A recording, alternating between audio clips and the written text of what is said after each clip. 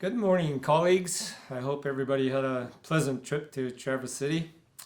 I want to start by congratulating you actually on organizing yet another very promising SLAWS. I've been following how the agenda has been unfolding over the past few weeks, and you're to be commended on laying out what I think will be an outstanding couple of days. And I know the evenings will be a success. They always are, with great people sharing great stories over what I like to say in Canada are some pops. So I'm sure you'll have a fun week as well as a good hard week of hard work and fun. I'm actually relieved that I was introduced by my name, because with all the progress we made with the inventory management system this year, I thought I might get introduced by my barcode. And knowing Dale's sense of humor, I'm sure my barcode probably has a string of 666s in it somewhere. So I wish I hadn't said that. Now I've given Dale some ideas. So help him eradicate that tonight. As pleased as I am that you're all together, sharing camaraderie, embracing continuous improvement, adaptive management, and all those things, I'm really bitterly disappointed that I'm not there with you this year, primarily because 2015 was such a great year. And I wanted to share some of those successes with you. As you probably know, Mark Gaydon and I are in Ottawa at the early part of this week, and in DC the latter part of the week.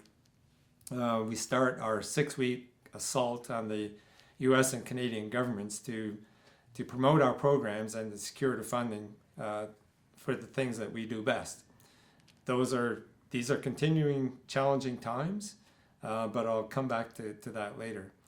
As I said, one of the reasons why I'm really disappointed that I'm not with you this week is because 2015, I think, was probably the best year that I can remember in my 10-year association with the Commission, and I really wanted to be there with you to talk it up.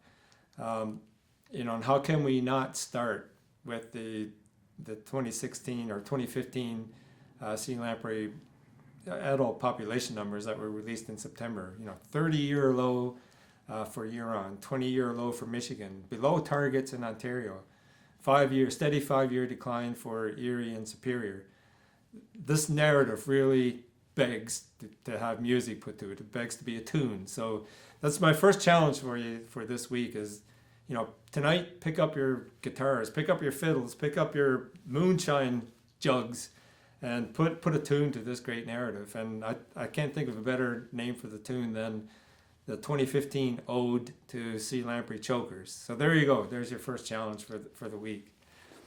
On a more serious but a related note, though, one of the highlights for me this year happened just a few weeks ago at the Great Lakes Executive Committee meeting.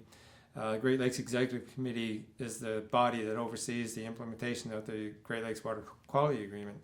And as a member of the committee, I was asked to provide the Great Lakes Fishery Commission report. And I proudly started out with the 2015 numbers and proceeded to talk a little bit about the program. And to say that that report stole the show, well, it's an understatement. People not only marveled at your successes, but also the clarity and specificity with which you can report on outcomes. Developing metrics, capturing data in support of those metrics, reporting outcomes against those metrics. Those are things that people at that table have been striving for some time, and few have been able to achieve it. So significant is the interest in our performance that we think that we will use the release of next fall's numbers, the population numbers, as a focal point for a basin-wide teleconference with senior managers at federal, state, and tribal agencies. We believe that using the Sea Lamprey report as the kernel of our teleconference will garner the interest of senior people like DNR directors so that we can help put fish and fisheries in their mind space, which is often too consumed with terrestrial and wildlife issues. Now, let me spend a little time talking about 2015, a little more time talking about 2015 because it was such a fantastic year, a banner year by any measure. In addition to the great news about the population numbers, we enjoyed many other successes as well. We realized the switch from the spawner to the adult index, which was a huge undertaking. But I think even critics would agree that the transition was managed and planned with the surgical precision that we've become used to within the sea lamprey control program. We made significant progress with Seguin, Manistee, and Grand River barriers after many years of frustration. And that's really a testimony to the persistence, expertise, and know-how that's now become part of our DNA in the sea lamprey control program.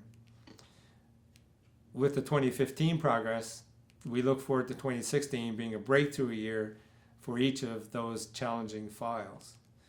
We saw excellent cooperation among the Secretariat, DFO, and the service to address many of the challenging product distribution and supply chain issues, and by doing so, we were able to keep product in the field to help keep you doing your jobs. Thanks to the outstanding homework and clever negotiations by the Secretariat staff, we saw ability side costs held to previous prices despite escalating production costs, and we saw 2016-2020 TFM cost actually reduced from $22 a pound to $20 a pound, and those measures really gave us some badly needed savings to the tune of $1.2 million. Outstanding work.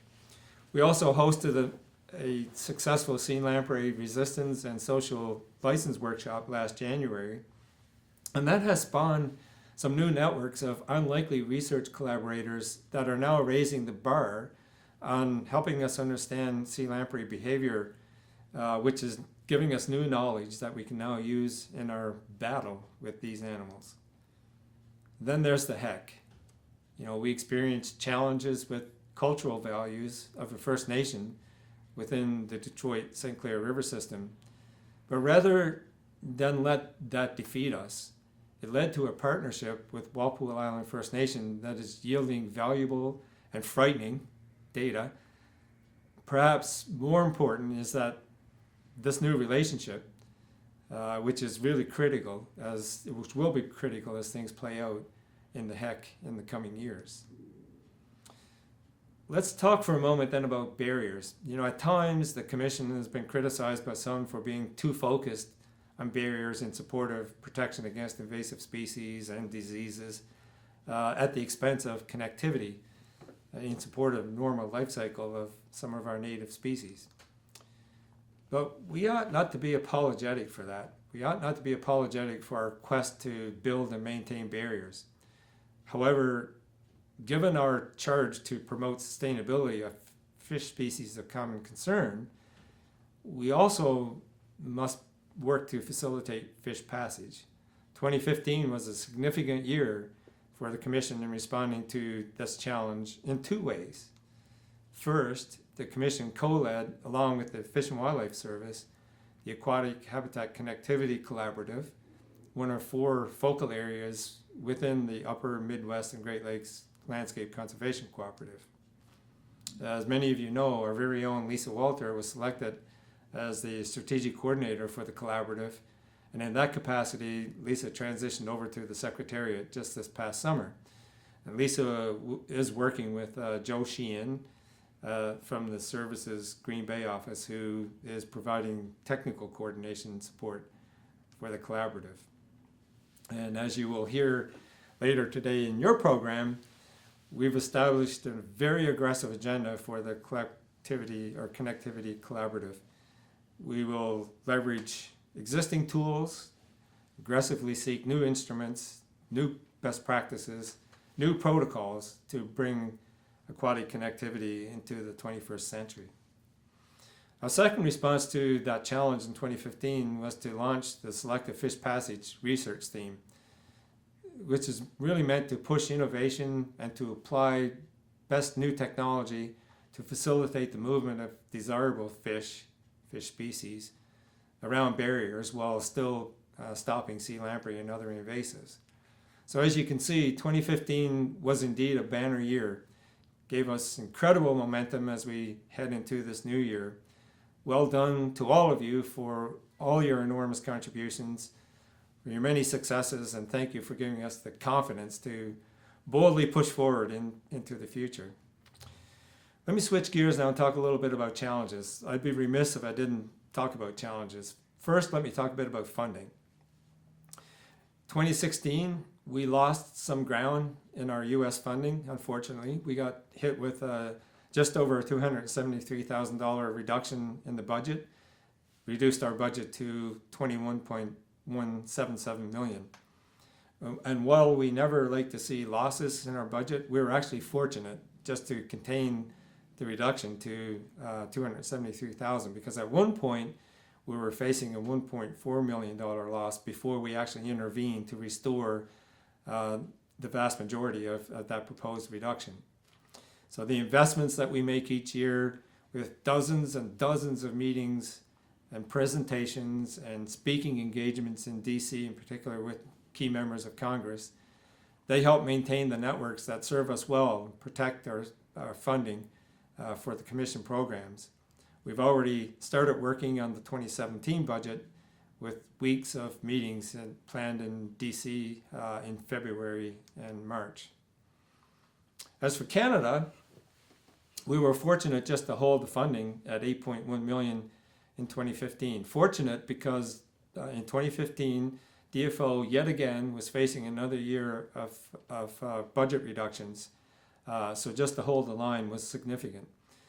As many of you know, Canada elected a new government in November 2015, a government which has as part of its platform stronger Canada-US relations, investment in freshwater research, investment in infrastructure, investment in invasive species, investment in Great Lakes overall. It's a great news story. We've begun to meet with key cabinet ministers and bureaucrats and like-minded Canadian non-government organizations to enhance Canada's investment in the Great Lakes Fishery Commission and our programs. I'll probably wear out a couple of pairs of snowshoes in Ottawa over the next few weeks, but there'll be investments well placed, I think. So that's our funding challenge in a nutshell. Let me switch gears now and talk a little bit about programs. And I'll talk more specifically about how we report and communicate exceptional or unanticipated, unexpected outcomes from lampricide treatments. Let me just say at the outset that I'm actually delighted, quite delighted at what I understand is great progress that we're making within the top 26 discussions, the TOP 26 discussions about the communications protocols. That protocol is important for two reasons. It clarifies and improves our internal communications and leaves us far better equipped to handle external communications. In the past, we've been inclined to wait for a complete accounting of, say, non-target mortality during lampricide treatment.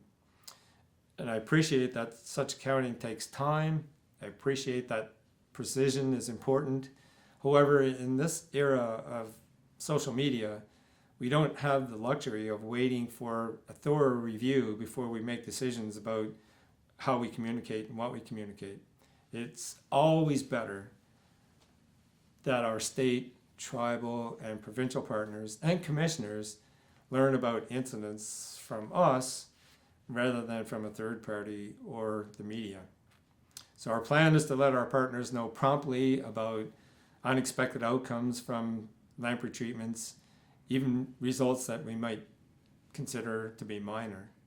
But let me reiterate again my appreciation for the work that's being done within Top 26. That work has us on the right track, and I remain confident that that will help us with this challenge, just as we respond to challenges successfully for many, many years. Before signing off, I want to say a special hello to our keynote speaker this week, Bob Adair. In particular, I want to congratulate you, Bob, on being the 2016 recipient of the Great Lakes Fishery Commission Applegate Award, which, as many of you know, is presented occasionally to people for their outstanding contributions to sea lamprey control. I think everybody in the room would agree that there is no more worthy a recipient of this Applegate Award than our friend Bob Adair. And Bob, I really look forward to our 2016 annual meeting in Ottawa in June, when you are officially presented with the Applegate Award. Let's This morning, as we think about this evening, let's all think about toasting Bob on this recognition, this very well deserved recognition. Let me close then by extending to each and every one of you, on behalf of the U.S. and Canadian Commissioners, a very sincere thank you for an outstanding 2015 and for all that you do day in and day out to make the sea lamprey control program the best integrated pest management program on the planet, bar none. We have many challenges in the Great Lakes fisheries programs across the basin, but none of them would be relevant if it weren't for the work that you do. If it weren't for the sea lamprey control program, there simply wouldn't be a Great Lakes fishery. So I'll close then by saying enjoy your week, work hard, play hard. I wish I could be there with you, but I take some consolation in knowing that I'll see many of you, hopefully all of you, during the Commissioner Tour in May of 2016, which continues to be one of my favorite events on the calendar. So have a great week, everyone. See you soon.